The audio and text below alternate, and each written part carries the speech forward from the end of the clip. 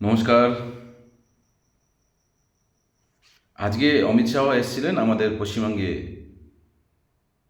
Press conference করেছেন এবং BJP নেতাদের সাথে দেখা করেছেন, বিভিন্ন কাজকর্ম করেছেন। তার মধ্যে একটা সাংবাদিকের প্রশ্নের উত্তর উনি দিয়েছেন, সেটা আমার কিন্তু মোটেও ভালো লাগেনি। উনি বলছেন মমতা ব্যানার্জি মতলব টিএমসি সরকার জমি দেয়নি বলে ওনারা ফেন্সিং করতে পারছেন না এবং সেই কারণেই বাংলাদেশি অনুপ্রবেশকারী ঢুকছে।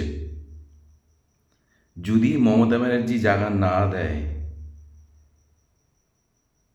তাহলে কি ফেন্সিং হবে না?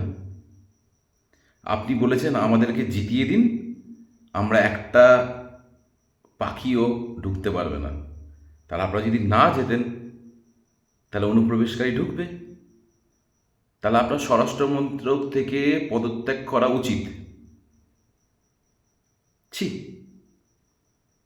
যদি আপনি এটা করেন তবেই আপনাকে এটা দেবো।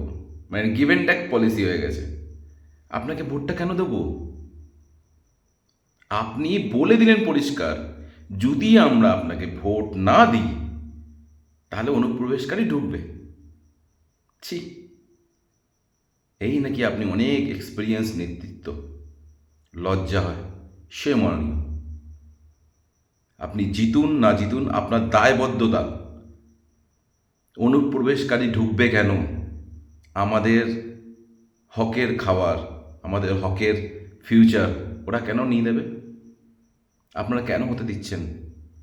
আমরা কি কম পড়েছি আপনাদের জেতানোর জন্যে যে বাংলাদেশি লাগবে আপনাদের? ছি, লজ্জা উচিত আপনার।